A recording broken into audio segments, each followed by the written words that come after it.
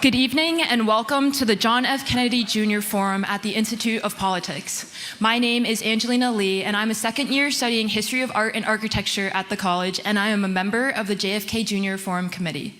Before we begin, please note the exit doors, which are located on both the park side and the JFK street side of the forum. In the event of an emergency, please walk to the exit closest to you and congregate in the JFK Park. Please also take a moment now to silence your cell phones and join me in welcoming Director of the Institute of Politics, Seti Warren.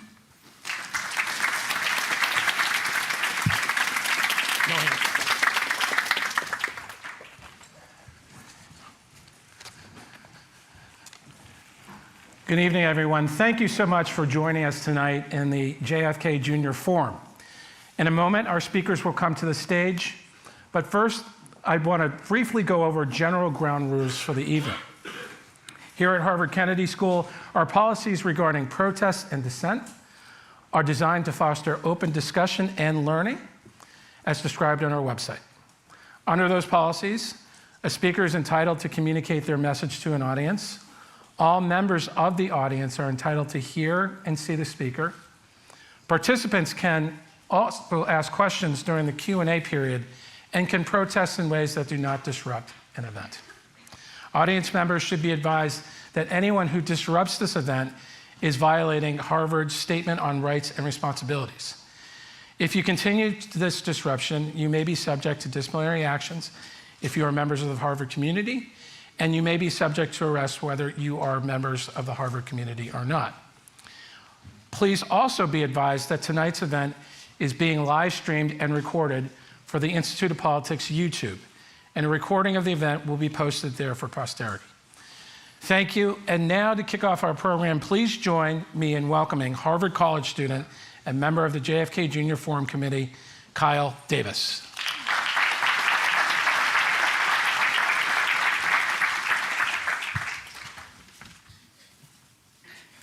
Good evening, and welcome to the John F. Kennedy Jr. Forum at the Institute of Politics. My name is Kyle Davis. I'm a second year studying social studies and economics at the college, and I'm a member of the JFK Jr. Forum. Tonight, we have the pleasure of hosting Professor Emeritus Alan Dershowitz, an American lawyer, jurist, author, and political commentator as a part of the Middle East Dialogue series. He is a prominent scholar of United States constitutional and criminal law and a leading defender of civil liberties. Professor Dershowitz spent most of his career at Harvard Law School, where he became the youngest full professor of law in the school's history. He held the Felix Frankfurter Professorship until his retirement in December 2013. He earned his AB from Brooklyn College and his JD from Yale Law School, where he served as editor-in-chief of the Yale Law Journal and graduated first in his class with a Bachelor of Laws. He has published more than 1,000 articles in leading publications, such as the New York Times Magazine, the Washington Post, and the Wall Street Journal.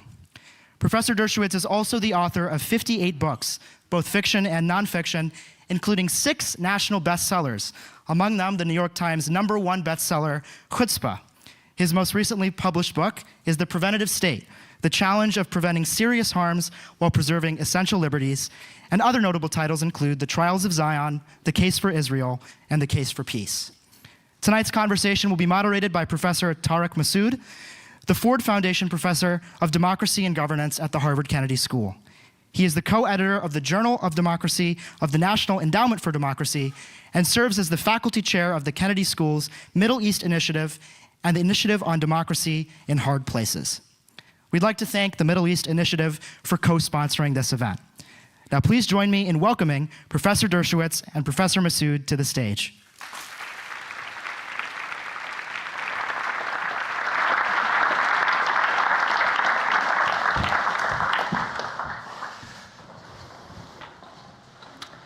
I don't know why I'm so nervous. I feel like I should have taken a beta blocker or something. Welcome, sir.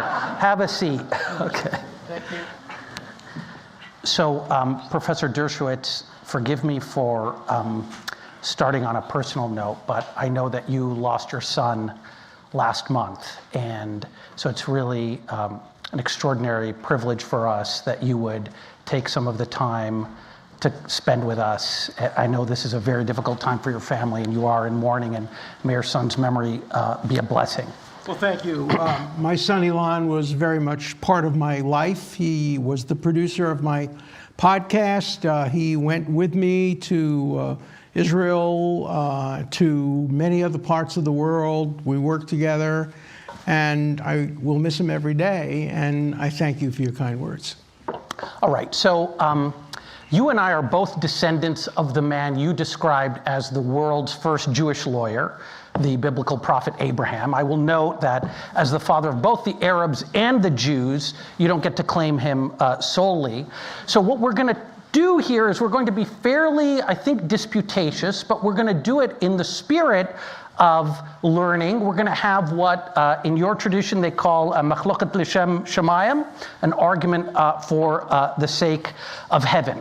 Now I have to add that the first time the word chutzpah was ever used was to describe Abraham's argument with God, and it was called chutzpah kala'apei shemaya.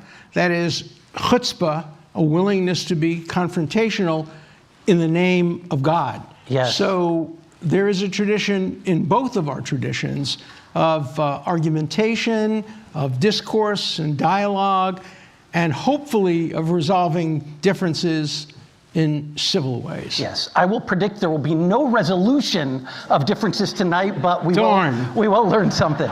Okay, so look, we could start by talking about any number of things that are in the news. We could start by talking about Israel's strike against Hamas leadership in Qatar. We could start by talking about the ground assault that Israel started today in Gaza. We could talk about the fact that the UN Independent Commission of Inquiry just declared that Israel is committing genocide in Gaza. But my ambition for this series is for us to do something other than just sit here and kibitz about the news. I want to get at fundamental issues. So why don't we start this way?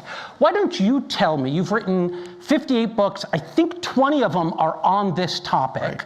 In your view, why do we not have peace and coexistence between the river and the sea for the Arabs and the Jews? Oh, for one very simple reason, and that is it has been concluded by Muslim clerics and by Arab leaders that there can never be a Jewish state, a nation state for the Jewish people. And the difference between Zionism and what I call Palestinianism is that Zionism was an attempt to build a country, whereas the opponents of Zionism are trying to undo a country and trying to make Palestine free from the river to the sea, which excludes Israel. But let me answer your question a little bit more broadly, because I don't think the Palestinian people are at fault for the failure to have a resolution here. Look, Israel deserved to have a state. Israel was a state just before the crucifixion of Jesus in Judea and Samaria.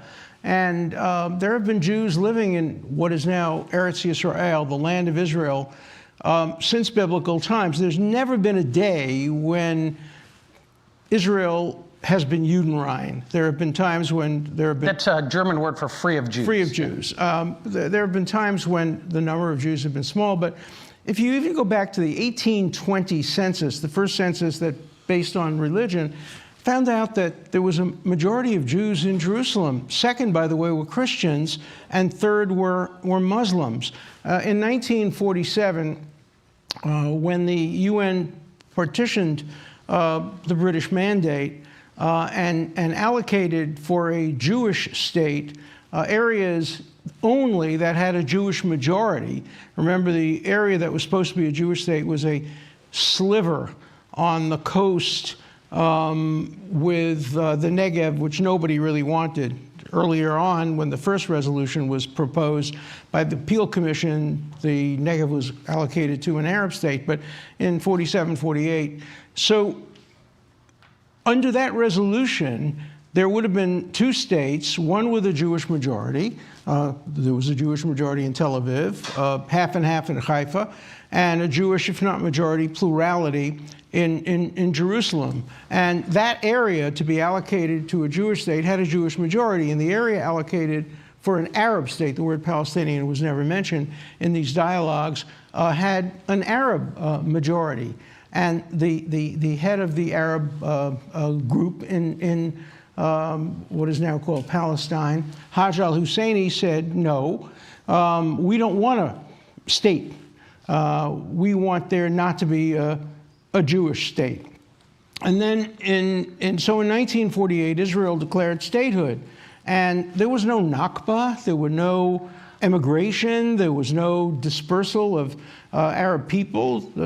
Had the Palestinians said yes, by the way, Mohammed Abbas has said the refusal of the Arab leaders to accept the two-state solution in 48 was a great sin and a great disaster, and many Arab leaders have joined that. And so there could have been a Palestinian state in 1948 easily, but there wasn't. And all the Arab countries then invaded Israel, and as a result of that, Arabs were thrown out of Israel and Jews were thrown out of Arab countries. There was essentially an exchange of population. Approximately 700,000 Arabs were out of Israel, some voluntarily, many non-voluntarily, and about the same number of Jews from North African and other states. So, and then the interesting point is between 48, let me just finish, I'm almost done. Between 48 and 67, the only barrier to the Arabs, the Palestinians, having a state was Jordan and Egypt. After all, Israel didn't control what is now called the West Bank or the Gaza Strip. Those were controlled by Egypt and by Jordan. The Palestinians didn't seek a state from Jordan and from Egypt. They only sought statehood once there was a state of Israel in an attempt to do away with the state of Israel. And so it's an asymmetrical issue. One group wants a state, wants to live in peace in a state, and the other group wants to destroy that state. And if there ever came a time, and I've had dinner with Abbas, we've sat across the table and I'm sitting next to you, and I said to him, he said to me, why don't you call your friend Netanyahu and ask him to recognize Palestine? And I said, I'll do that if I can also tell him that you would recognize Israel as a Jewish state or as the nation state of the Jewish people. And he said he couldn't do that. And so the main reason we're here tonight is because of the refusal to recognize a nation state of the Jewish people. And I want to throw a challenge out to all of you. Any of you who have heard the protests and seen the protests, has anybody heard any of the protesters at Harvard or any other place call for a two-state solution? Maybe you have. I have not. It's always a call for Palestine will be free from the river to the sea, but not for a two-state solution. So I think the key to the continuing conflict is the asymmetry between those who are prepared to accept a nation state of the Jewish people and those who don't think that that's consistent with either Muslim religious tenets or Arab or Palestinian political tenets. Okay, so you gave us a very broad history there. Wait till I finish speaking, then you're really going to applaud. Okay, I'll applaud, I'm sure too. Good. So there's a lot of history that you very deftly, I think, summarized, but I want to pick at a few things. So the first point you made, which I think is totally incontrovertible, which is that the Jewish people have always had a connection to the land that we now call Israel. It's not New Zealand. It's not New Zealand. Right. It's so not, you know. Colonialism is not really the proper word. Well, hold up. We'll come to all that. Man, okay, you're destroying my plan, Al. Sorry. Okay, so I would be curious to, I think that the state of Israel, let me just state this at the outset, is as legitimate as any other state that exists today. But I think that legitimacy derives from a vote of the international community about 80 years ago. I am not somebody who gets my, who takes his foreign policy beliefs from holy texts or from ancient history. Okay, so for me, you spend a lot of time trying to show that the state of Israel is not settler, it's not colonial, etc. For me, that's almost irrelevant. I think the United States was a settler colonial country. Sure. I'm not about to give up my home in Belmont to the descendants of the Massachusetts Native Americans. So I do think there's an interesting question there as to why it's so important for you to attach Israel's legitimacy to something that happened 2,000 years ago. However, I think you're absolutely right. When the Holy Land was captured by the Crusaders, they would throw out the Jews, and then when the Muslims would recapture, they'd bring back the Jews. So even in the Islamic religion, we recognize a connection between the Jewish people and Jerusalem. Right. That goes all the way back to Omar, the second caliph of Islam. David Ben-Gurion, interestingly, in 1917, when he first went to the Holy Land, wrote an article called On the Origins of the Fellahin. Fellahin means farmers. And he said, it's incontrovertible. I'm like paraphrasing him, but you can look it up. It's incontrovertible that the majority of the Muslim farmers who are living in Palestine today are the descendants of the Jews who lived during the period of the Second Temple, but they're just the ones who didn't leave. Okay, so this argument, yes. How is that more relevant than whether it's whether you're giving up your home in Belmont or New Zealand? Exactly. Yeah. My point is, like, I don't really care about ancient history. I want to talk about more recent things. Now, your diagnosis of the problem is Palestinian rejectionism. Right. But you've basically compressed 80 years of history into one moment. When the Palestinians or the Arabs during the Mandate period rejected the various partition plans, right, was that because they were unremittent anti-Semites who just couldn't accept a Jewish state? Or was it because, look, these were people who were living in this land during the Ottoman Empire, and then suddenly, the Ottoman Empire loses World War I, the British take over, and they start encouraging immigration from, mainly from Europe, the Jews of Europe who are fleeing terrible conditions. The Palestinians look around themselves and they're like, our country is really changing. And just like Americans who don't like massive immigration, these Arabs didn't like this massive immigration and were trying to halt it. In other words, it doesn't take, them being anti-Semitic, right. It just takes them being normal human beings, trying to preserve what they had. What's wrong? What am I getting wrong there? I agree with you. It wasn't anti-Semitism. I think it was a narrow view of region and land, and there was room for two peoples on land that had origins that were very, very focused on those people's history. You talk about Israel being established 80 years ago. No, it was established over hundreds and hundreds of years. The first Zionists were writing in the middle of the 19th century. I have a little pin that I have here, which is 1917, the first Zionist conference in Russia. Jews have been attached to Israel from the beginning of history. It's not no question. It's not just that they came there, but then an event occurred, a horrible event occurred. It was called World War II, genocide, and the Holocaust. And the Holocaust had two aspects of it. One we all know about, and that is the Nazis determined to engage in an act of genocide, which is to ingather Jews from anywhere they could find them in the world, from the island of Rhodes, from anywhere else, in order to gas them and murder them and kill them and eliminate the genetic component of Jewishness. That was one part of the Holocaust we all know about. The other part, which was central to the establishment of Israel, was that no country in the world would accept Jewish refugees who were trying to escape the Holocaust. The Minister of Absorption in Canada put it very well when he said, and there's a book by this name, even one is too many. Yeah. Even one is too many. So no country, not the United States, not France, not Britain, not any country would accept Jews. And so is it surprising that when, after 6 million Jews are killed, and Jews, hundreds of thousands, are in camps in Europe, in Italy and in Austria, homeless. They had lost their homes all through Europe.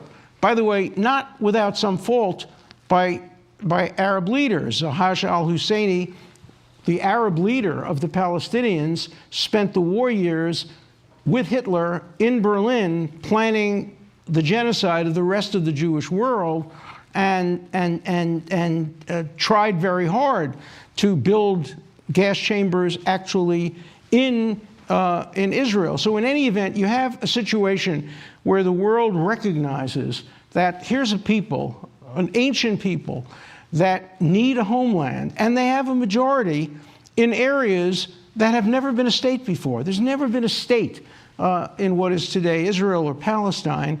And so very logically, the Peel Commission and the United Nations says, let's do what seems sensible. Let's allow the Jews to establish a state so they can bring in people that they want to bring in on areas where they're a majority, Haifa, Tel Aviv, Jerusalem, and let's leave the Arabs who are in a majority of the rest of the area alone to be the farmers, to live their lives, two separate states. They don't have to have any interaction with each other, or they could if you want them to. You might ultimately build some kind of a federation, who knows? But you can explain the Arab rejection of the Jewish state just on the ground of how so many Americans don't want immigrants to come into the country. By the way, the Americans who say that are wrong too. We should welcome immigrants with open arms, even if they change the nature of our country. Countries don't have a fixed ideology or a fixed racial component. And it does that go wrong. for Israel too then? So it does, yes, it does. And Israel, of course, is the most ethnically heterogeneous country in the Middle East, and one of the most ethnically heterogeneous countries in the world. It has people from 50 or 60 nations. Some of its leading people today are Ethiopian Jews, who are obviously black Jews. Many are Sephardic Jews, many are Ashkenazi Jews, many are Russians. Some come from Asian countries. And so, yes, immigration is the lifeblood of Israel. And Israel is a nation of immigrants, just like the United States is a nation of immigrants. I hope so at some point when there's peace. Right now, there's a law of return. The law of return is based, remember, as Oliver Wendell Holmes says, the life of the law is not logic, experience. Why is there a law of return? There's a law of return because no country in the world would accept a Jew. And so, of course, the first law that a Jewish state is going to establish is that we're going to accept every Jew. We're never going to say no to a Jew. Mm-hmm. And so, yes, there is immigration of non-Jews, but it's not given the same status as immigration of Jews. And I hope someday that the law of return can be abolished. If anti-Semitism around the rest of the world dissipates, let's abolish the law of return. But right now, can you imagine a worse time to abolish the law of return when there's so much anti-Semitism in Europe, so much anti-Semitism around the world? Of course the Jews need to have a special place to go. That's simply a recognition of the reality of history. Okay, I certainly don't want to litigate the law of return. So I want to put a pin in a couple of things. Sure. The first, we're not going to have time to talk about it. People should Google it.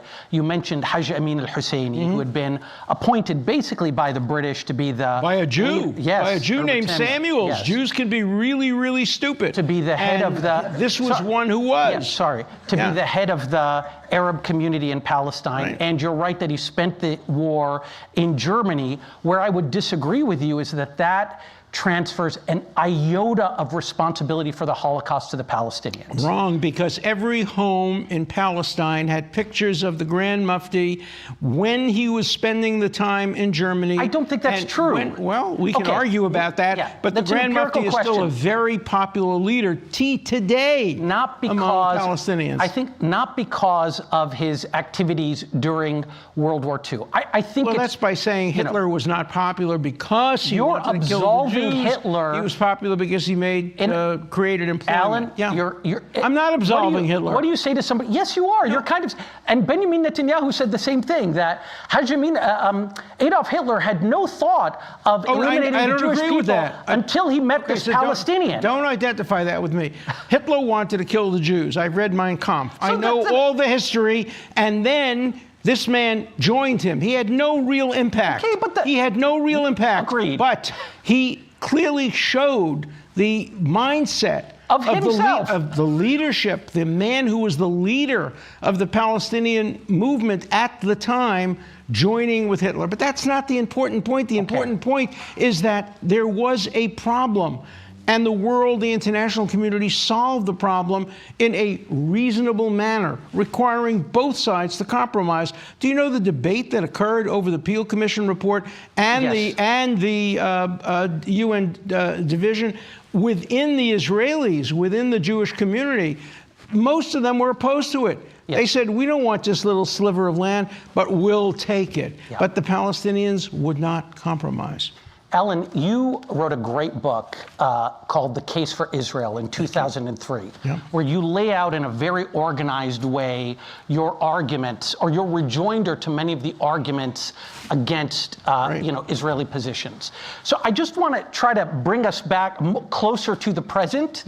And you spend a lot of time talking about Camp David in 2000. That's right. That, in your view, that was a critical moment where everything went wrong. Absolutely. Okay. And if I could, just because I want to, get to the present day quickly, tell me if I'm mischaracterizing your argument. Your argument is that at Camp David, which was a negotiation between brokered by President Bill Clinton between Ehud Barak, the Israeli Prime Minister, and Yasser Arafat, then the leader of the Palestinians, the Israelis made a very generous offer to the Palestinians, and Yasser Arafat refused to accept it because he was, like Haj Amin al-Husseini, just ultimately unable to reconcile himself to the reality of accepting Jewish sovereignty. Also, he was afraid that he'd be killed the way the grandfather of the current king of Jordan. But let me call as my witness, because I'm a lawyer, let me call as my witness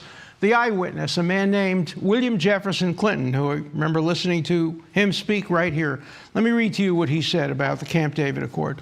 The only time Yasser Arafat didn't tell me the truth was when he promised he was going to accept the peace deal that we had worked out, which would have given the Palestinians a state on 96% of the West Bank and 4% of Israel. For any of you who can't add, you know the old joke about the student who's in Central Square and he goes to the supermarket and it says 10 items only and he has 12, and the woman from in the middle of Central Square says, "Are you from MIT and you can't read, or Harvard and you can't count?"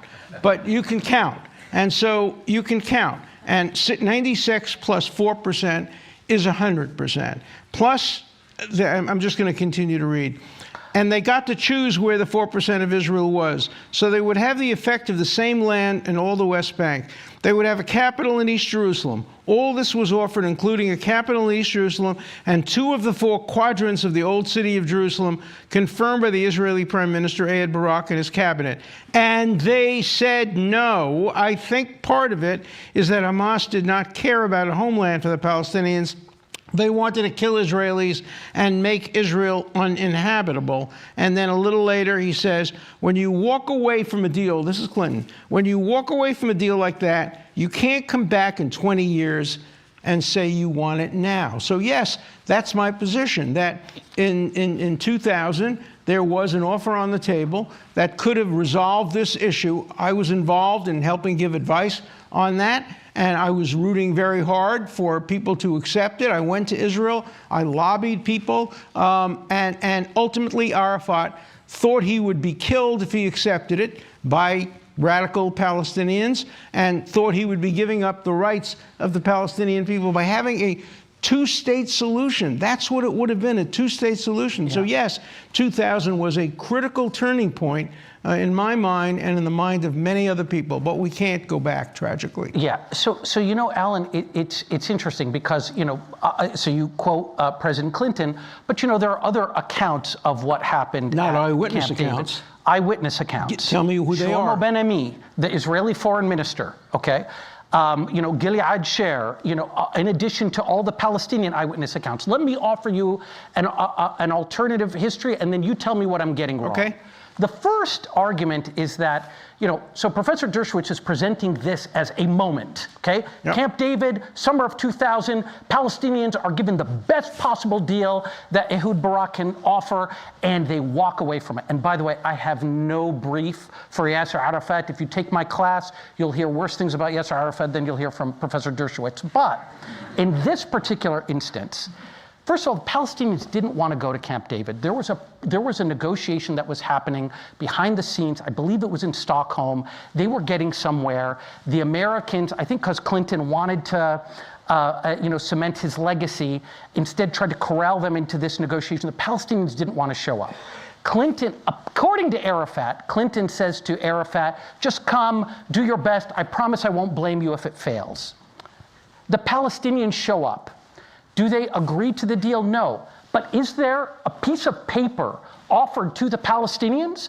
Is there a written agreement offered to them? Not Sounds at like all. a lawyer's argument to me. No, hold on. There's no piece of paper. Alan, if you come to sell me a house, you're going to have to show me a map. A house. This is even more important. We've got to work out so many details. And in any case, even Shlomo Ben-Ami says at the end of that negotiation, the Palestinians moved, okay? The Palestinians, yes, they didn't accept what everything that the Israelis were offering, but they did agree, and I'm quoting Shlomo Ben-Ami, to Israeli sovereignty over the Jewish neighborhoods in East Jerusalem. They agreed to the idea of swapping settlement blocks for land in Israel proper. They agreed to Israeli sovereignty over the Western Wall and the Jewish quarter, okay? And Rob Malley, who was an American negotiator, it's very strongly anti-Israel. Hold on, I know everybody who disagrees with what you say. No. Well, okay, let me get the point out. Okay, Alan, you're going to destroy me, but let me make the point and then destroy me. Okay.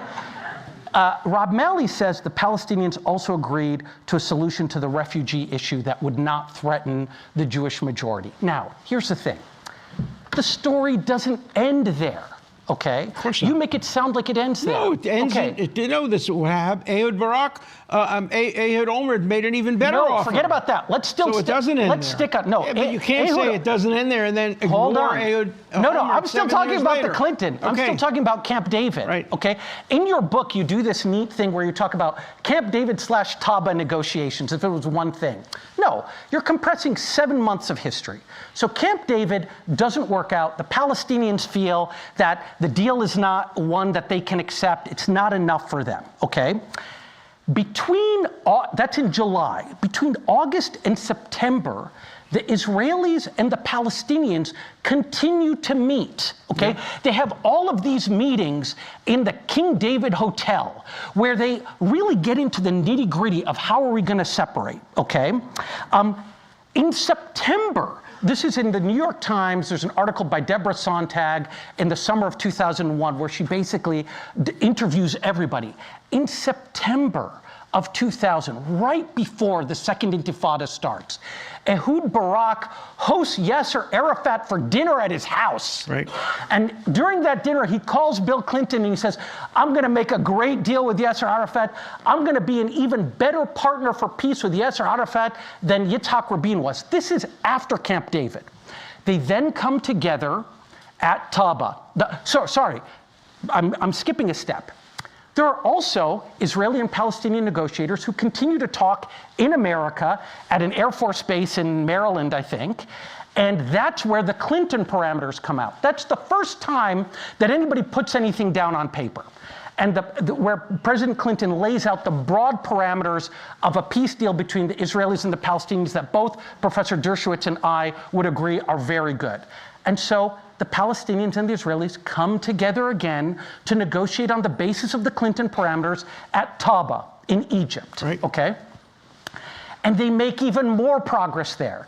And the Israelis, by the way, make an even better offer, which then gives the lie to this notion that Ehud Barak offered everything at Camp David, because no, 7 months later, he offered even more. You can offer everything Hold and then on. offer a little more. And what happened? What happened?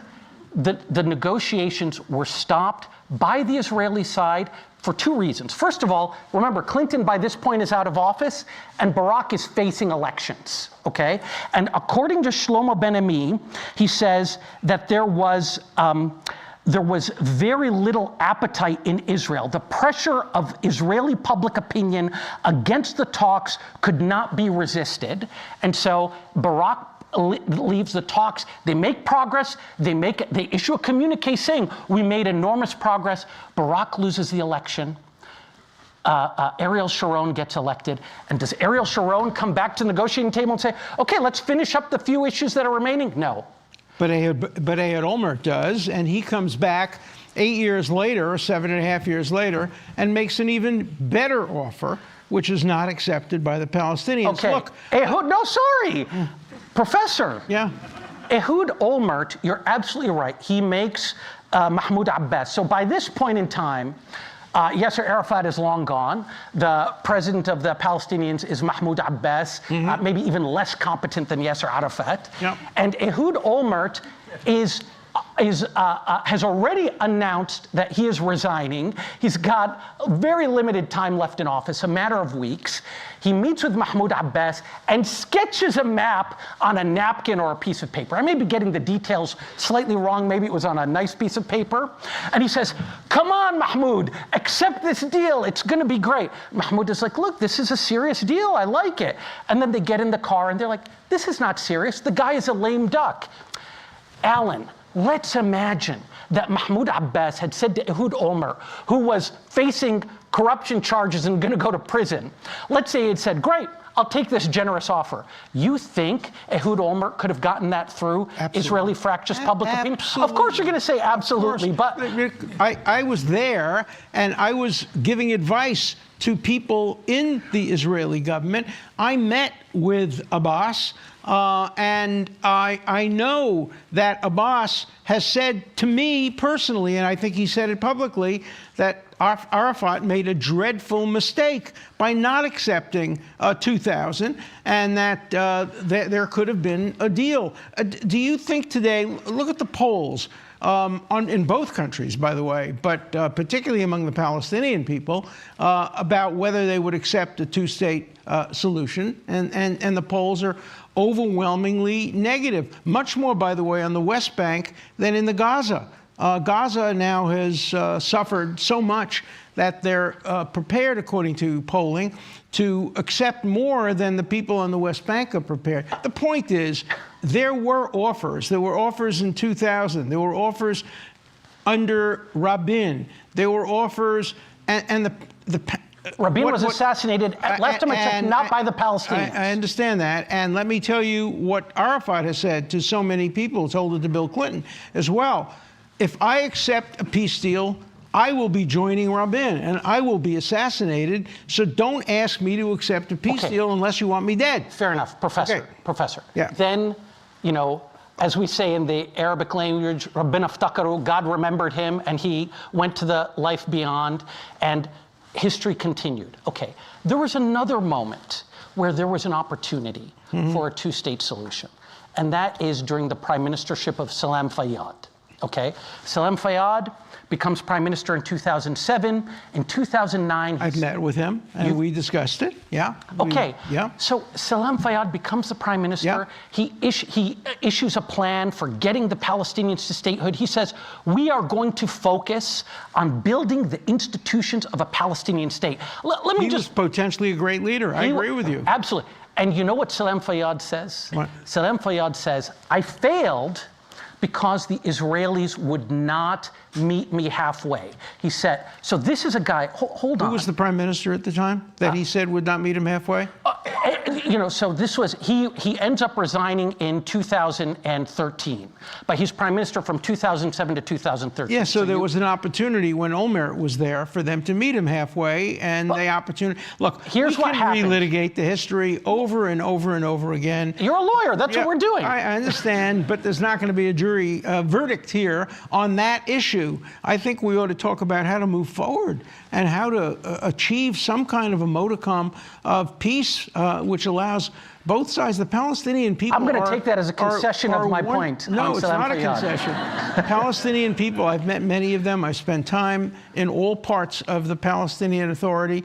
They are wonderful people who could make phenomenal peace partners with Israel. The potential for peace in that region, if you just take the people and eliminate the leaders, I don't mean eliminate in any negative way, but just have different leadership, a possible leadership. Eliminate in a positive way. In a positive way. It's called elections. The Palestinians don't know that word, but they've had, I think Abbas is now in the 16th year of a 4-year term, so let's talk about elections. But how do we move forward is the question, and I think there are many possible ways of moving forward, but you can't just rewrite the history of the past, and that is there was an opportunity in 2000, 2001. I don't think you're calling Bill Clinton a liar, but you're coming awfully close to it. I'll call him a liar. You'll call him a liar? Oh, you tell me what he lied about in this regard. Monica Lewinsky? No. Tell me what he lied about in regard to what he said, that I offered him a capital in East Jerusalem. I offered them 96% and 4%. And they did not care about a homeland for the Palestinians. They wanted to kill Israelis and make Israel uninhabitable. So I have not read that book of yours. No, just I read the spent a quote. lot of time reading. I don't know the citation. When did he say it? What exactly was he speaking about? October 2000. But if he was 24. So here's what I would say: if he was speaking about Camp David 2000, and if he was saying that at Camp David 2000 there was a concrete proposal put before the Palestinians that they rejected, scuttling the whole thing, I would say he's either, and he said this in 2024. Yeah. He's an elderly man, and I think He's elderly man. He's 10 years younger than me. He's misremembering. I mean, He's not misremembering. I would direct. There's data, number one. Number two, I was involved in an indirect way in that process. And I know for a fact that there were great opportunities and great offers made, and that Arafat has said if he accepted, no matter what the offer was, no matter how generous, he would have been killed. Okay. And that's probably true. Just the way the grandfather of the current head of Jordan was killed when he tried to accept a peace plan, but Rabin was also killed. Alan, so I agree with you. But Alan, we're going back. Like, yes, that was number one. That was 24 years ago. There was more history that happened since. Number one. Number two, if you read the most reliable accounts of what happened at Camp David. So you can all read Deborah Sontag's July 2001 article about the failure at Camp David in Taba. You can read Jeremy Pressman's article in 2003. And I can give you 2 articles for every one you mentioned. Security. You can read Rob Malley's book, and you should you definitely can read Rob Malley's book. I will give you objective and you should assessment. definitely Rob read, Malley. And you should definitely my read book. The Case for Israel. Okay. You should definitely read The Case for Israel and put them all together, and you'll arrive at, I think, a more nuanced conclusion. But also the main point is that that was an episode. There were chances since then, and what I'm trying to get you to, Alan, 2007 and 2008. my brother, let me just make this point. I'm just trying to get you to admit that the catastrophe is mutually created. No, I won't admit it, and I'm not your brother. And the Cousin? Palestinians, the Palestinians had an opportunity to have a state during the Peel Commission in 1947, 1948, 1964, 2000, 2001, 2007, and they blew it every single time. This is not mutual. The Israelis wanted a 2-state solution. Now many of them don't. They don't have trustworthiness. But they wanted it, and they were prepared to give up a great deal. And the Clinton parameters were acceptable to most Israelis. And Arafat simply refused to accept them because he feared for his own life. So no, I don't think the fault is in any way mutual. I think that it lies 95% on the side of the Palestinian leaders, not the Palestinian people, the Palestinian leaders, and 5% on behalf of the Israeli leaders. But what's the use of allocating responsibility? Let's see how we can move forward. What's your suggestion for moving forward? Let's talk about moving forward. Okay. So we're obviously right now in the middle of a war, and you just published an article in the Wall Street Journal entitled "Israel has proved that Jewish blood is no longer cheap." That's not my most recent article. My most recent article is today in the Wall Street Journal on Mamdani, promising to arrest Netanyahu. But We'll have you back to talk one. about New York politics, Okay, but let's there you go. focus on this. Okay. What's the argument in that article? Which one? The most recent The one? one I asked you about. Oh, the article. The article that you asked me about tries to explain why Israel has changed its rules of engagement in this war. And it goes back in history, and it demonstrates how cheap human blood was for so many centuries. Jewish blood was for so many centuries. And this was an attempt to try to make it clear to the enemies, the people who conducted October 7th. And remember, the recent events didn't grow out of a vacuum. They grew out of the greatest massacre of Jews, rapes, murders, beheadings since the Holocaust. And Israel had to send a message that Jewish life is not cheap and that you pay a heavy cost when you take Jewish life in this way. Having said that, they still had the best ratio in the history of modern warfare, the best ratio of civilian to combatant deaths of any country fighting a terrorist war. Even if you take only Hamas's figures and totally ignore all of Israeli figures, every single one of them, you still get a ratio of less than 3 to 1. That is 3 civilians for every combatant. The NATO ratio is approximately 7 to 1. Ratio of other countries that have fought terrorist wars of this kind is more like 10 to 1. Israel goes to such enormous efforts to try to reduce civilian casualties, not because they're such wonderful, terrific, great people, because it benefits them to reduce civilian casualties.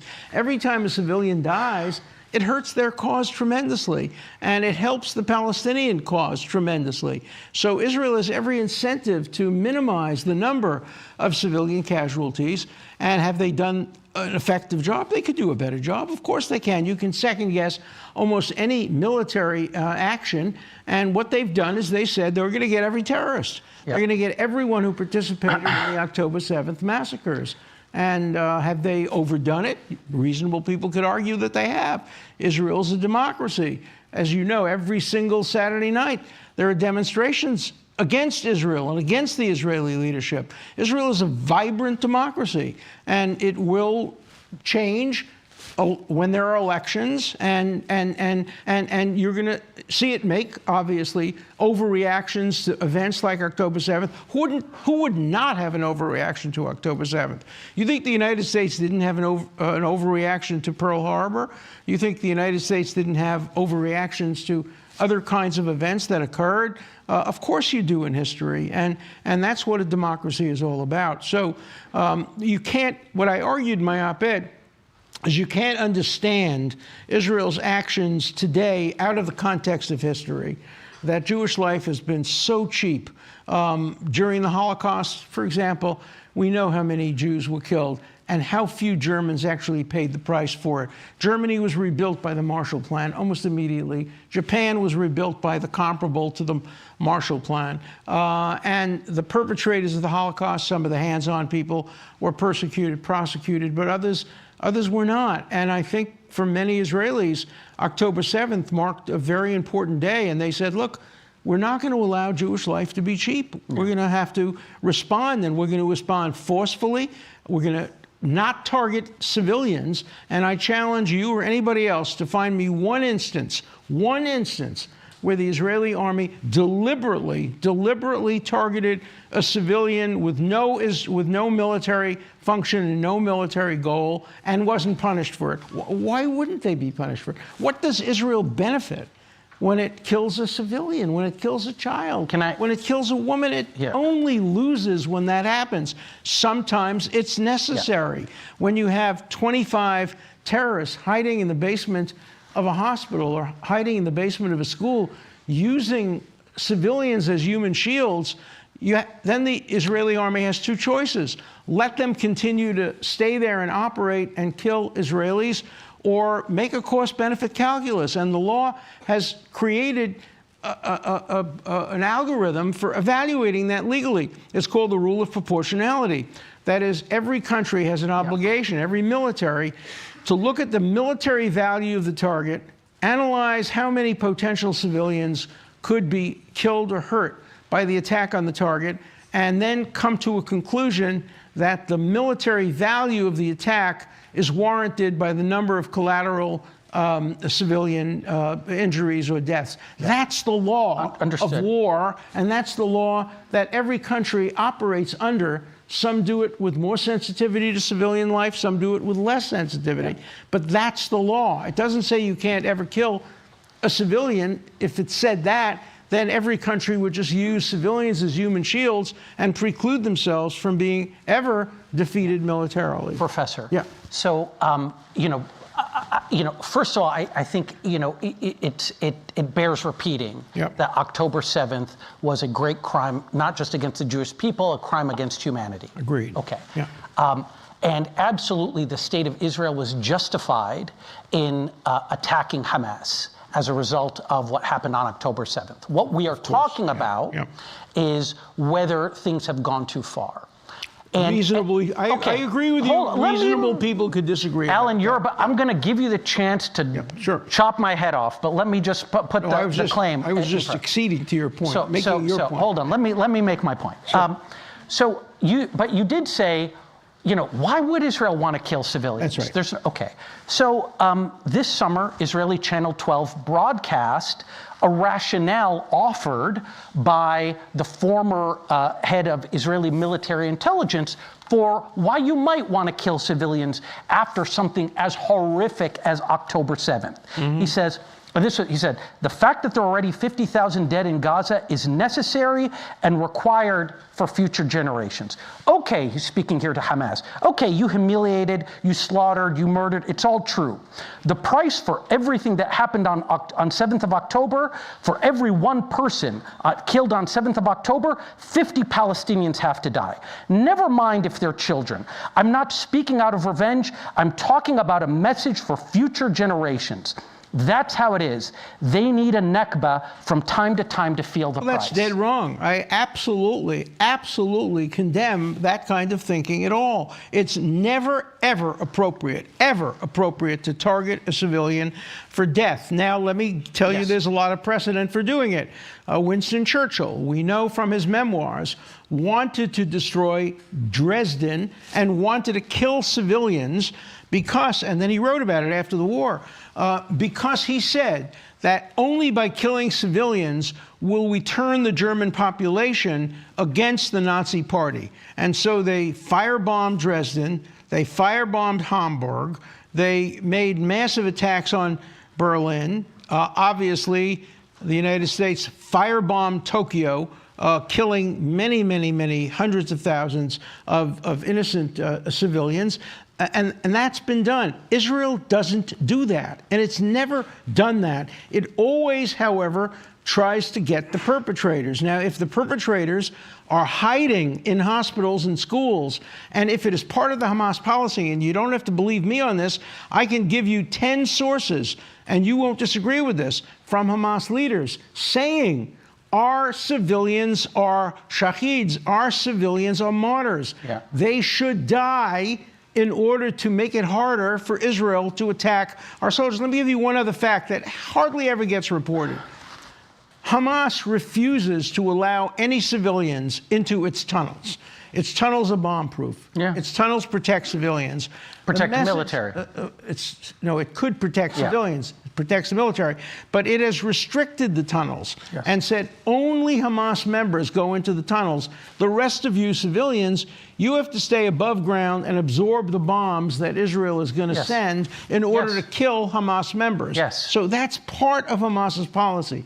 Then the other part is it takes its fighters and it embeds them among civilians. Just now, that's happening today. You saw that the administration today, the United States administration, announced that if Hamas continues to use human shields in Gaza today, they will have to pay a heavy price for it. Now, I don't necessarily agree with everything the administration has said about that, but you have to at least, and I'm going to ask you this question directly, allocate some most, all, I'll let you pick multiple choice, some, most, all of the responsibility for dead civilians, with Hamas using civilians as human shields. 100%. Okay, so But why are we arguing? no, here's what we're arguing about. First of all, look, we've seen that the state of Israel has incredible capabilities to launch targeted attacks. Yeah, but they failed on October 7th. They're not perfect. Yeah, clearly.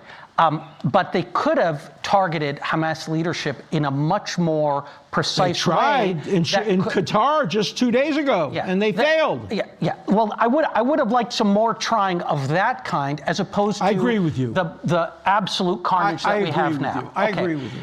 Today, this summer, more than 500 senior Israeli military and national security officials wrote a letter to President Trump saying, we need you to pressure Netanyahu to stop this war. There are no more strategic objectives to be gained here. One of the signatories of that letter was Ehud Olmert, who says that what's happening right now in Gaza is indiscriminate killing.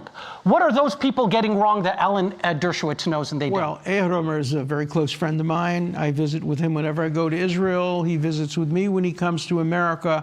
I like him very much. He is dead wrong. He has BDS. What is BDS? Bibi derangement syndrome. He hates Bibi Netanyahu with such a passion that he's prepared to make these kinds of outrageous, preposterous statements about Israel. He's just dead wrong about that. Israel will do everything in its power to avoid civilian casualties if they can get at Hamas fighters. Yeah. But they will resolve doubts. And the big difference, and that's the article I wrote, the big difference after October 7th, they're more likely to resolve doubts in a way that increases the proportion of civilians to terrorists that are killed. That's been a change. Okay, put Ehud Olmert aside. What about the 550 other signatories of that letter, including, Boogie Alon, including... They're all friends of mine, and they all hate Netanyahu with a passion, and... These are fierce warriors on behalf of the Jewish state. These are not just partisan politicians. There are 5 times as many fierce warriors who take the opposite position. But that's why you have a democracy in Israel. These people have the right to make their position known, and they do on television, and they do in the media, and there'll be elections. There have been how many? 6 elections in the last 9 years in Israel? What other country has had more democratic responses to this than Israel? And these people will be listened to. They'll be listened to by some, they will not be listened to by others, and ultimately the people of Israel will make very, very difficult decisions. And I don't deny that emotions are involved in this. When you have what happened on October 7th, rapes, beheadings, murders, children murdered in front of their parents, parents murdered in front of their children, not only Hamas people doing the murders, but ordinary citizens of Gaza crossing the border themselves and participating in these events, and then polls showing that the vast majority of people in Gaza and on the West Bank supported October 7th and want it to happen again and again and again. Do you expect Israelis, just because they're Jews, to be super rational and not influenced by emotions? Of course they're going to be influenced by emotions, and of course there are going to be overreactions, and of course political figures are going to take advantage of the overreaction. Fair enough. That's why you have votes. Fair enough. I would submit to you, though, that the polling data that you just cited, which I'm not totally familiar with, might also reflect an emotional reaction on the part of Palestinians to the bombardment of Gaza. So I agree. By the way, it's interesting. Let me give you a fact that you don't know about. That is a much higher percentage of West Bankers, Arabs, Palestinians who have not been bombed, support what Hamas did than people in Gaza. The people in Gaza have understood the consequences that, when you attack Jews, when you attack Israel, and by the way, not only Jews were attacked on October 7th, Thai people were attacked, Christians were attacked, many were attacked. When you make that kind of a brutal, gruesome attack, there's going to be an emotional reaction to it, and there's going to be an overreaction to it. And that's why I don't think you can take the position that my friend Ehud Olmert takes. Ehud Olmert is furious because he went to prison. By the way, talk about, the International Criminal Court is allowed to go after any country only under the issue of complementarity. You can only go after a country if it doesn't have a legal system that's willing and able to go after its leaders. Witness one, Ehud Olmert. I went to visit him in prison. I saw him in prison. He was there. He was sentenced to prison as an Israeli prime minister. The president of Israel was sentenced to prison. Yeah. And so Israel certainly has a judicial system that's capable of administering justice when there are overreactions. And there have been people who have been prosecuted. When's the last time Hamas or any Arab state or any Palestinian group has ever held their own people accountable for overreaction? It's a double standard. Let's talk about moving forward, and I take that point. Okay. So, over the summer, the Saudis and the French put forward a proposal that there would be an Arab, an international-led reconstruction of Gaza. Okay, but it requires the war to end. Okay, it requires the war to end. The war should end. So would you go to Benjamin Netanyahu and say, this ground campaign in Gaza, you should stop, just declare victory and leave? No, but I would go to Benjamin Netanyahu, and I have gone to Benjamin Netanyahu, and I plan to go to him again in November and say, you have to figure out a way of ending this war quickly and decisively, and in a way that makes sure that Hamas doesn't maintain control over Gaza. The United States would never have ended the war with Germany if the Nazi Party maintained control over Germany, or we would never have accepted the surrender in Japan if the Imperial Japanese remained in control. Hamas has the controlling influence on this. Let them lay down their arms, let them release the hostages, and then let there be peace. And Israel does. I mean, Israelis are divided as to whether or not they should go into Gaza City. Reasonable people are that's what a democracy is about. Understood, Alan. I grew up during the Vietnam War, and I know how divided a country can be. We were wrong in Vietnam, and it's possible that Israel is wrong in Gaza. But in a democracy, decisions aren't made by professors at the Institute of Politics, and they're not made in these debates. They're made by the people. And you get all the information. And the one thing you can't deny is that Israel is the most open society with the most critical newspapers. Haaretz has never said anything positive about Netanyahu. And the Israelis have the ability to make decisions about their own future, and we shouldn't be making it for them, even if they make mistakes. Well, no, but we are Americans, and our country gives a lot of aid to Israel. We are allies of Israel. It's okay for us to talk about whether Israeli policy makes sense, whether it's... I completely agree, as long as we don't impose anything on them. Yeah, Tarek Masoud is going to impose something on Israel. But we're having a discussion here. So the point that, Israel is going to make the decision... You've asked me to impose it on Benjamin Netanyahu. I've asked you the following question. What is the problem? What are the Saudis and the French and those 550 Israeli national security figures getting wrong when they say the following? End the war right now. Hamas is effectively neutered. What about the hostages? Let me finish. What about the hostages? Hamas has already said that they'll give back the hostages. Let me finish the point and then destroy me. Okay? Hamas has said they'll give back the hostages when there is a full ceasefire and a withdrawal of Israeli troops. I agree that when they... Hold on. Find me that quote. I'll find it. No, you can't find it. Somebody Google it right now. They didn't say all the hostages. Hold on. Not all the hostages. Okay, so the point is, that's a deal that I think you could make now. I agree. Okay. If you could make it, So maybe we are in agreement. If you could return all the hostages and you could get Hamas to lay down its arms and turn over authority in governing Hamas to a technological group, I would be completely in favor of that.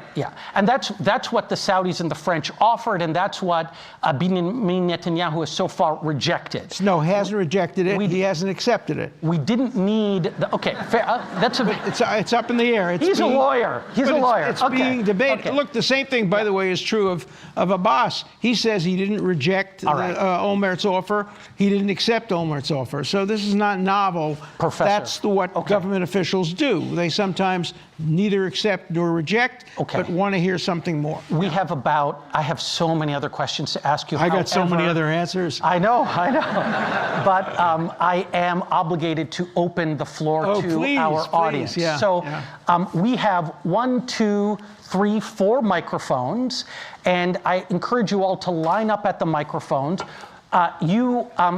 When you ask your question, which should be a question, right? A question is a sentence designed to elicit information. It ends in a question mark. It should be very brief. If you wish, you can identify yourself, but you don't have to. But keep it very brief. And I will start I'll start over here. Okay. Hi, I'm a senior fellow at the Women in Public Policy program. My name is maybe familiar to you, Professor Ashley Judd.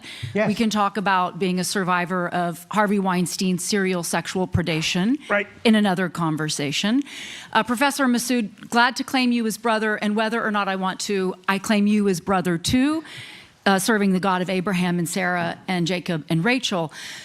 My question specifically is about suffering, which has not been spoken in this room. We're gesturing to it, we're talking about history, but I loved the Oliver Wendell Holmes quote.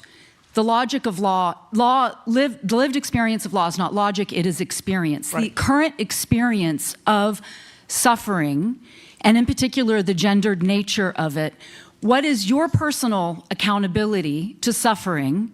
It's not just what Hamas and everyone else can do, but as a Jew who serves the God of Hesa, what is your personal responsibility in addressing and ending suffering? And I object to 2 things when I could have objected to so many things you said. We're all an ancient people. And the women of Israel would object that it's the most open society.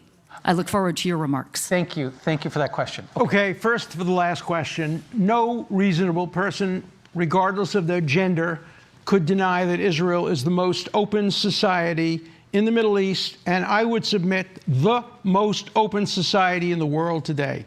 I don't think there is a country that holds a candle to Israel. The United States of America. No. Absolutely. No, there is much more. There's much more self-imposed censorship in the United States of America, much more cancellation, much more attempts to. But I'll give you that. Okay, so the United States and Israel are tied, and maybe Scandinavia. But to say that Israel is not an open society, I mean, have you been to Israel? I want to ask you. You asked me the question. Have you been to Israel? No, listen. Have you been? Alan, Yeah. let's. Okay. Point taken. Point taken. I will. Can I answer something on your behalf? One of the. You can try. When studying Alan Dershowitz, I watched movies about him. I found a debate that he had 40 years ago here in Boston with Rabbi Meir Kahane, who was an extremist, the founder of the Jewish Defense League, the founder of a political party called the Kach Party, that's the precursor to the Otzmat Yehudit Party that is led by Itamar Ben-Gvir. And Professor Dershowitz condemned Kahane for his belief in the necessity of targeting civilians in order to deter attacks against Jews. I still take the same position. So I do. I'm totally categorically against it. Yeah, I think you deserve a great credit for that. Okay, so let's take another question, and I'll come over here. Hi, thanks both for coming in. I'm a senior at the college. I had a question. I actually was about to reference that same debate as well in 1985. And I saw that, I would imagine, correct me if I'm wrong, that Meir Kahane would have identified his affinity with Israel through some sort of religious or ethnic solidarity, whereas I assume you're on a more political level. Would that be correct? Well, I had a big debate with Meir Kahane, and he called me a racist. Why did he call me a racist? He said, do you believe that God commands you to do whatever it was he commands? And I said, I'm an agnostic. I'm a skeptic. I have no idea whether there's a God. I'm like Thomas Jefferson. Maybe, I hope someday. Wouldn't it be nice if there were a heaven? And wouldn't it be nice if I qualified for heaven? That's less likely. But wouldn't all that be nice? But I don't know any of these things. And so I can't to tell you what remind me again, what was the thrust of you? So the thrust of it was, would there be a policy passed or a legislative change that would make you stop supporting Israel altogether? Excellent question. What would make you stop supporting Israel? Thank you. What would make me stop supporting Israel is if Israel started doing things that violated my principles of morality, if they started doing things that targeted innocent civilians. I would have difficulty because I would want to know who I was joining in condemning Israel. Yeah. I'd want to know how it would be used. I've been very critical of Israel. I've written very critically of Israel. The Case for Peace has a lot of elements in it that are very critical of Israel. And I got a bunch of Israelis who boycotted me, including my uncle. My uncle, who was a professor at Bar-Ilan University, walked out on an honorary degree ceremony that I was given at Bar-Ilan University because I was too critical of Israel. So, you know, being an advocate of the two-state solution already puts me, if not on the left, at least in the center. So I'll admit I start with a presumption. I am Jewish. I am not religious particularly. I have to apologize to Rabbi Zarki here, but I have to tell the truth. I am not religious, so I love to go to his services and love to go to Hillel. And Chabad. Occasionally to Chabad, I'm sorry, to Chabad and to Hillel. Occasionally, I have a leap of faith. Occasionally, like in the middle of the night, I'll get up and say, I can't understand how this could have happened without some intervention. I have moments, but my support for Israel is not ethnocentric or religious. I think I would be a supporter of Israel if I were a Christian, if I were a Muslim, if I were a Jew, if I were brought up as a very anti-Israel Muslim. I don't know whether I could break that or not, but my support for Israel is based on my 86 years of principled defense of the values that I support, and Israel reflects that better than its enemies. What about settlements? Are continued settlements a policy that you would? No, I don't. In 1970, I debated in this very room or its predecessor, Noam Chomsky. And Noam Chomsky had been my camp counselor in 1948, the year Israel was established.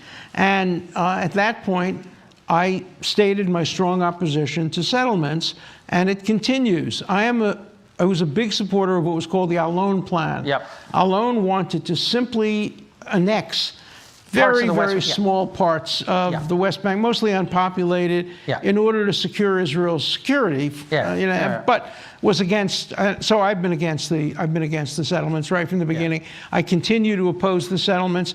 I do think they are not the kind of barriers to peace that people think they were. Proof of that is Gaza. There were 9,000 Jews who were settlers. They had buried their dead in northern Gaza, and when Sharon decided to end Israeli presence in Gaza, 9,000 Jews were forcibly removed from Gaza and resettled, and I think that could happen as well in the West Bank. Let's take another question, please. Gentlemen, thank you again for your insight. I've appreciated hearing both sides of everything you said. My question is regarding the current push. I guess this would be on the Israeli side for a one-state solution. And if that were to be the case, how do you envision Palestinians coming on, whether it be they would be given equal rights, would it be a kind of second-class citizen type thing, or are we looking at a civil rights movement similar to the South in the 60s? And I'd love to hear both of you guys' opinions on how that would work out. I am categorically opposed to a one-state solution. I think as a lawyer, sometimes a good divorce is much better than a bad marriage, and trying to force the Palestinians into the same state as the Israelis would only be a prescription for disaster. Who gets access to Israeli military, to nuclear weapons, to their science? I want to see a two-state solution. I don't want to see it as a reward for what Hamas did on October 7th. I want to see it as a process that has to take time, and it has to involve appropriate governance of the West Bank and Gaza with elections and security guarantees for both sides. But I'm not in favor of a one-state solution any more than I would have been in Lebanon. By the way, when I debated Chomsky, he was in favor of the one-state solution, and I pointed out Lebanon was a state, and look what happened. It fell into disaster. Yugoslavia. How many of you remember the word Yugoslavia? Today, how many states comprise what used to be Yugoslavia? So this forcing to India, Pakistan. Look, no, I don't want to see groups of people that have very, very different backgrounds forced together. Having said that, I have tremendous admiration for the Palestinian people. I have met many of them. I have interacted with them. I have spent lots of time on the West Bank. I even spent time in Gaza. I actually have tremendous affinity for the Palestinian people, and I would love nothing more than to see them get good leadership and make peace with Israel and allow Israel and the Palestinians to live side by side. It would be an enormous contribution to humanity, because working together, Jews and Palestinians, Jews and Muslims, could be a tremendous force for scientific development, for peaceful development. So maybe I'm an optimist, but that's my goal. But that's why I call you my brother. Okay, next. Hi. So we've talked a lot about ending the war, about suffering, but I think we've yet to actually talk about what this catastrophe actually is, and it is a genocide, as you recognized at the beginning. Yesterday, a former Israeli military chief recognized that more than 10% of Gaza's population has been killed by Israel. That is at least 65,000 confirmed deaths, though many believe the total is actually closer to 680,000. Over 70% of those deaths are women and children. So wait a minute, all of Gaza is living under famine at the hands of Israel. 90% of schools are gone, 94% of hospitals are gone, every single church and mosque is gone, and over 2/3 of all of the buildings in Gaza are destroyed. I have seen children burning to death with their limbs hanging off on my phone screen. So my question for you is simply, how could you, and how do you defend this? If it were true, if it had any basis in reality, I obviously wouldn't defend it. By Hamas's own figures, the number of people killed in Gaza, including combatants and non-combatants, would be somewhere between 1% and 2%. That's not a genocide. When 1 or 2% of the people are killed, Israel could easily have engaged in a genocide if it chose to, the way the Nazis engaged in a genocide. Look, all of this could come to an end. It was started by Hamas. Remember, there was a peace treaty, a ceasefire. There was an agreed upon end of hostilities on October 6th. And Hamas decided that because there was a fear that maybe some of the Arab countries would start recognizing Israel, they decided they had to put an end to that. And so they invaded Israel, and they invaded areas of Israel that were mostly populated by peaceniks, by people who had helped the Palestinians from Gaza, people who favored a two-state solution, and they massacred them, and they raped them, and they beheaded them. And I didn't hear any mention of that in your question. And the question is the appropriate response. If Hamas were to lay down its arms and release the hostages, not a single Palestinian would die. Not a single child would die. And so the burden, at least part of the burden, is on Hamas. Do the right thing, and you will help your people. Okay, let's take another question.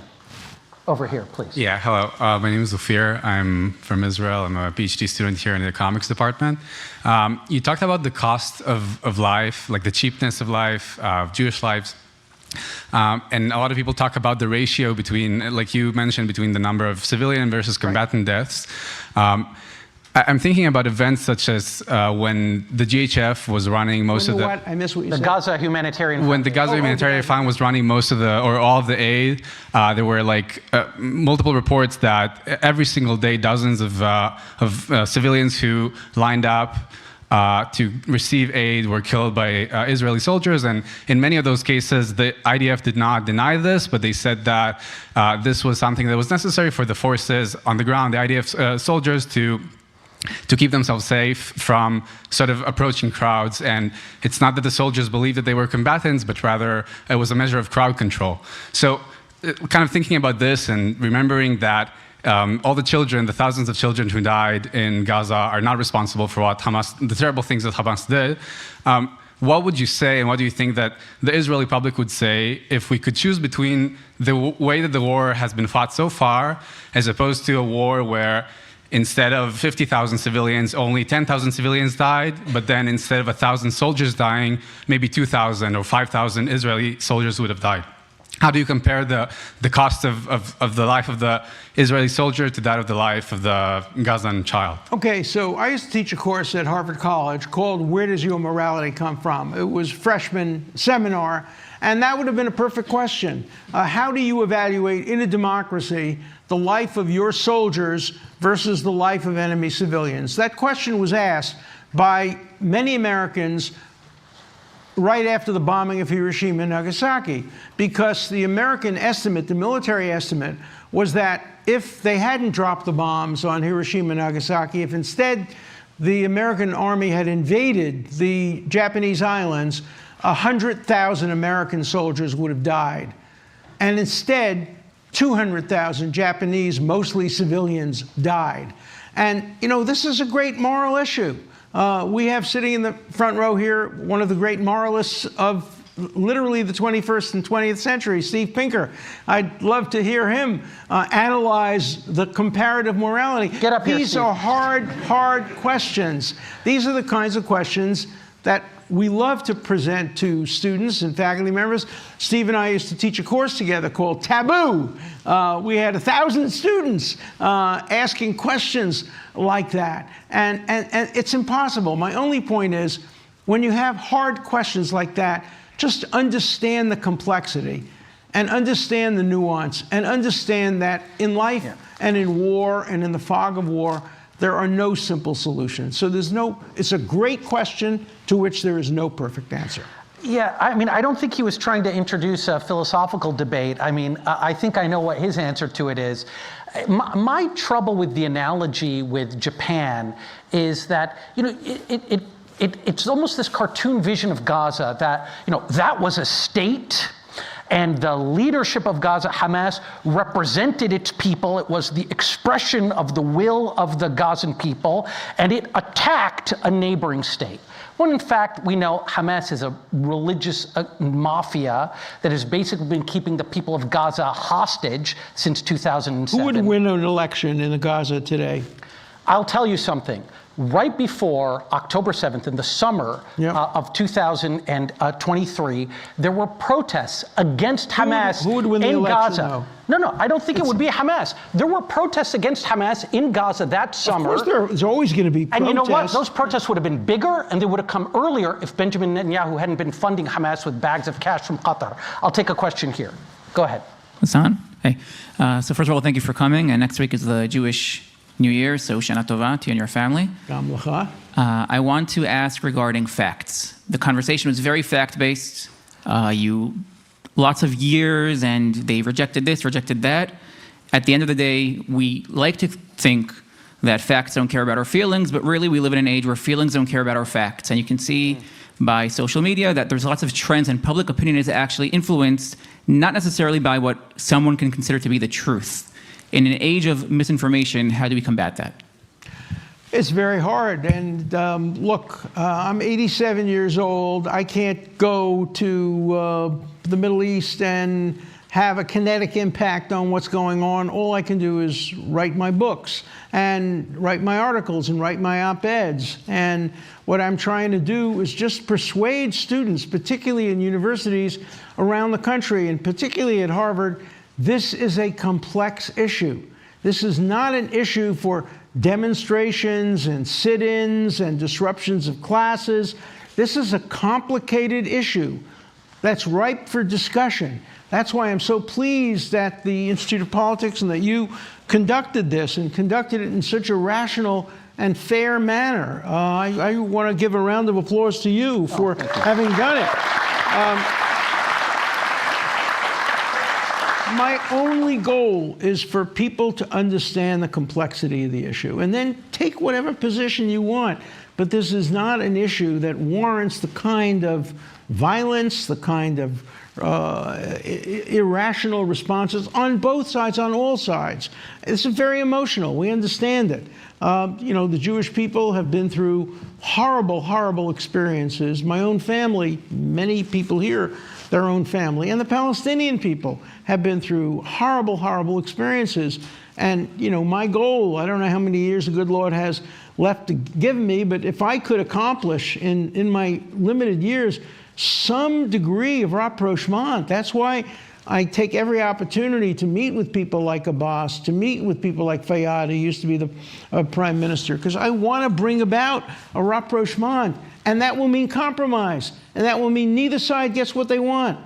And that's the end result. A friend of mine just told me, well, of course the Palestinians turned down 1947, 1937, 1947, 1967, 2000, 2001. They didn't get a perfect deal. And of course they didn't get a perfect deal. They probably didn't even get a very good deal. And the Israelis felt they didn't get a very good deal. And so the question is, how much do you give up in the name of compromise? And the worst thing about Haj al-Husseini joining this dialogue was he turned what was a dispute over land, which is resolvable, into a dispute over what God, Allah, Hashem, meant when he allocated land to these people or that people. You can't resolve those disputes because we don't have access to Allah. Right. We don't have access to Hashem. We don't have access to what the intention of the Bible was. The first Rashi, the great interpreter of the Bible, the first word of Bereshit, the beginning, Rashi asked the question, why does this book deal with creation? It's a law book. And the answer given 1,000 years ago was that because someday people will claim that the Jews have no right to Israel, and we want the world to know that God allocated the land to them. I'm not making that argument as a proof text. I'm making the argument to show how long the Jews have yearned for a return to their land and why it's so important to have a compromise. There is room for two peoples. There is room for a Palestinian state and for a nation-state of the Jewish people. Let's all move in that direction. Absolutely. We have a couple of more minutes. We'll take one more. Alan. We'll take one more question. No, there was just somebody ate a bad shrimp. Go ahead. But they came in with I don't object. Somebody just came in with a banner. It's okay. And they're entitled to have their banner fly. Yeah. I'm a complete and total absolutist on free speech, along with my mentor and teacher, Harvey Silverglade here, who started the organization FIRE. So, and of course, Steve Pinker, who started the Organization of Academics for Free Speech. Who would ever imagine that at Harvard University you'd need a special organization favoring free speech?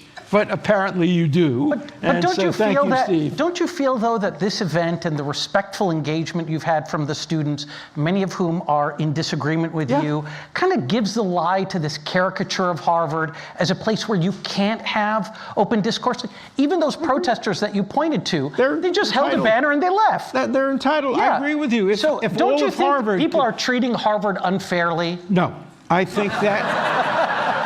I think this is relatively unique, and I thank you for that, for introducing me. As you told me, and I don't want to quote you out of context, there was a lot of opposition to me being invited here, a lot of opposition to you inviting me. There are a lot of people who don't want to hear my point of view or alternate points of view.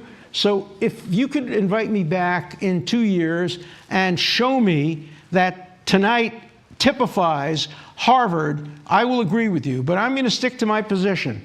Today, it would be very difficult for there to be a Lincoln-Douglas debate at Harvard.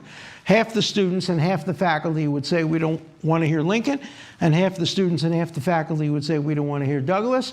And I think debate has died a sordid death at places like Harvard around the country. If this is the beginning of an attempt to resurrect free speech and debate, 3 cheers for that. I'll come back anytime you invite me. I'll Ask other people to come back. Let's restore a climate of debate and dialogue instead of everybody thinking they know all the right answers to all the hard questions. I'm gonna hold you to that promise. Okay. Let's take one more question. Sure. So right over here. Hi, my name is Bertina. I'm an MPP1 student here at HCAS. Thank you both so much. I genuinely really enjoyed it. Kind of a less sweeping question, but as we hopefully move towards a peace deal in the Gaza war, what, in your view, are politically, given the current reality, politically feasible options, pathways to ensure that the Hamas power base isn't rebuilt in Gaza, and which actors need to be involved for that to happen? What a great question. Just brilliant, brilliant question. I'll start with an anecdote. It's got to be a short one. Okay. Carolyn and I were having dinner. This is a name-dropping anecdote. Carolyn and I were having dinner with the then President Bill Clinton, and we were talking about the Middle East, and somebody railed against Israel, and Clinton started to answer, and I started to answer, and Bill said, "Let me answer," and he said, "There's only one problem with Israel," and everybody looked up. What's the problem? He said, "It's a democracy." Damn it! He said, I can tell the Jordanians what to do, they'll do it. I can tell the Egyptians what to do, they'll do it. I tell Israel what to do, they'll say, well, we'll convene the small cabinet, the big cabinet, we'll get some public opinion polling, we'll then have a discussion in the Knesset, we'll then have a resolution in the Supreme Court. It's a democracy, damn it. That's the problem. And the problem with Palestinian statehood is it will be a democracy. And if it's a democracy, then maybe the views that now seem to be a majority in the West Bank and in the Gaza Strip, which favor Hamas, may prevail. And so it's a dilemma. It's a dilemma between democracy, and democracy, by the way, is a means toward an end. It's not an end in and of itself. It's a means toward, I mean, Jefferson wrote about this, and others have written about this. And the question is, Hitler was elected in a democracy. In 1932 in Germany, there was a democracy. He didn't get a majority, but he got a plurality. So the paradox is, if you want a democratic Palestinian state, how do you assure that that democratic Palestinian state doesn't become what it could become? By the way, the same question is true of Israel. With the growth of the right, and when I debated Peter Beinart once, he said, oh, Israel is moving to the right. I said, of course, and it's all my fault. He said, what do you mean? I said, I helped bring 800,000 Russian Jews to Israel. I was one of the leaders of the Soviet Jewry movement. I was very instrumental in getting 800,000. And how do you think they voted? They all voted right wing. Why? If you live under communism, you're not going to vote left. Yeah. And so when you have democracy, you can't dictate the results of the democracy. Yeah. That's why I think peace is going to be hard. It's going to be hard. A two-state solution is going to be hard. But we have to try it. It's the least worst alternative. And so I'm in favor of a two-state solution with a democratic Palestine, a democratic Israel, and with people like us maybe influencing the people in Israel and the people in Palestine to move toward the center. That's the hope, that's the goal. And my hope and goal is to have more and more debates like this and more conversations like this. And I just want to thank you so much for bringing me back to Harvard. I was here 50 years as a professor. I taught 10,000 students, and I'm thrilled to be back. I've had many debates in this room, and please invite me back, and let's have more debates and more discussion. And I just want to praise you for the role you've played in this. Well, Alan Dershowitz, you would not, thank you. Thank you.